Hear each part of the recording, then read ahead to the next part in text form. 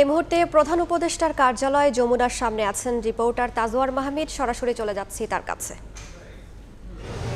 দেখুন, জাতিসংঘের মানবাধিকার দপ্তরের মোট 9টি এমন সনদ আছে যেটি খুবই গুরুত্বপূর্ণ বাস্তবায়ন করার জন্য প্রতিটি দেশের জন্যই।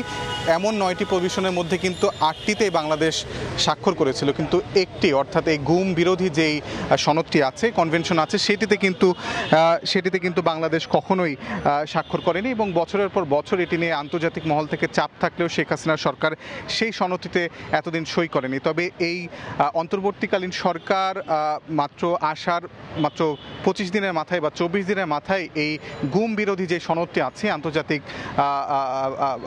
জাতিসংঘের যে মানবাধিকার বিষয়ক দপ্তরে, সেটিতে আজকে সই করলো এবং সই করার পরে যে যমুনা আছে, যেটি প্রধান উপদেষ্টার বাসভবন, তার ভেতরে কিন্তু উপদেষ্টা পরিষদের সদস্যরাও ছিলেন। তাদের মধ্যে একটি সভা অনুষ্ঠিত হয়েছে এবং সবাই কিন্তু উপদেষ্টার সদস্যরা বলেছেন যে এটি একটি ঐতিহাসিক মুহূর্ত বাংলাদেশের জন্য। কারণ এই গুমের যে ঘটনা বা গুমের যেই চিত্র বাংলাদেশে দেখা যায় এবং বিশেষ করে 5 আগস্ট শেখ হাসিনা সরকারের পতনের পর কিন্তু একের পর এক গুম হওয়া ব্যক্তিদের বক্তব্য আমরা পাচ্ছি গণমাধ্যমে, তারা বক্তব্য দিচ্ছেন এবং মাইকেল চাকমা, ব্যারিস্টার আরমান এবং ব্রিগেডিয়ার আজমি সহ 3 জন কিন্তু আয়নাঘর নামক যেই ধারণাটি ছিল মানুষের কাছে, যদিও স্পষ্ট ছিল না, সেই ধারণাটিতে কিন্তু বাস্তবে রূপান্তরিত হয়েছে এবং আয়নাঘর কিংবা যে গুম করার জন্য সিক্রেট সেল, সেটি কিন্তু শেখ হাসিনার আমলে ছিল, সেটি কিন্তু প্রমাণিত হয়েছে। যদিও বেসরকারি সংস্থার মতে প্রায় 700-র বেশি, অর্থাৎ মায়ের ডাক নামে একটি সংগঠন আছে যারা গুম হওয়া মানুষের একটি তালিকা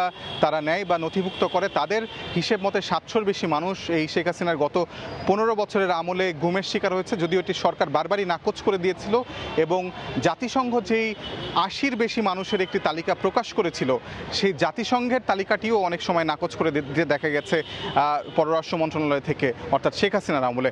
অর্থাৎ যে বিশাল অঙ্কের মানুষের যে গুম হওয়ার ঘটনাটি এখন বেরিয়ে আসছে, সেই জায়গাতে দাঁড়িয়ে কিন্তু জাতিসংঘের এই গুম বিরোধী সনদে স্বাক্ষর করাটা অত্যন্ত গুরুত্বপূর্ণ হয়ে যাচ্ছিল। কারণ যাদের স্বজনরা গুম হয়েছে তারা কিন্তু আইনি কাঠামোর মধ্যে গিয়ে আসলে কী ধরনের প্রতিকার পেতে পারে সেই বিষয়ে কিন্তু কোনো সুনির্দিষ্ট তারা লিগ্যাল ফ্রেমওয়ার্কের মধ্যে যেতে পারছিল না এবং এই গুম বিরোধী যে সনদ, সেই সনদে বাংলাদেশ যুক্ত হওয়ার ফলে কিন্তু যারা গুম হওয়া ব্যক্তিদের স্বজনরা আছে, তারাও কিন্তু একটি স্বস্তি পাচ্ছে যে তারা একটি লিগ্যাল ফ্রেমওয়ার্কের মাধ্যমে আইনি প্রক্রিয়ায় একটি বিচারের দাবি করতে পারবে তাদের স্বজনদের গুম হওয়ার জন্য। তো রাষ্ট্রীয় অতিথি ভবন যমুনার সামনে থেকে এই ছিল আমার কাছে সর্বশেষ। প্রধান উপদেষ্টার কার্যালয়ের সামনে থেকে যুক্ত হয়েছিলেন সহকর্মী তাজওয়ার মাহমিদ।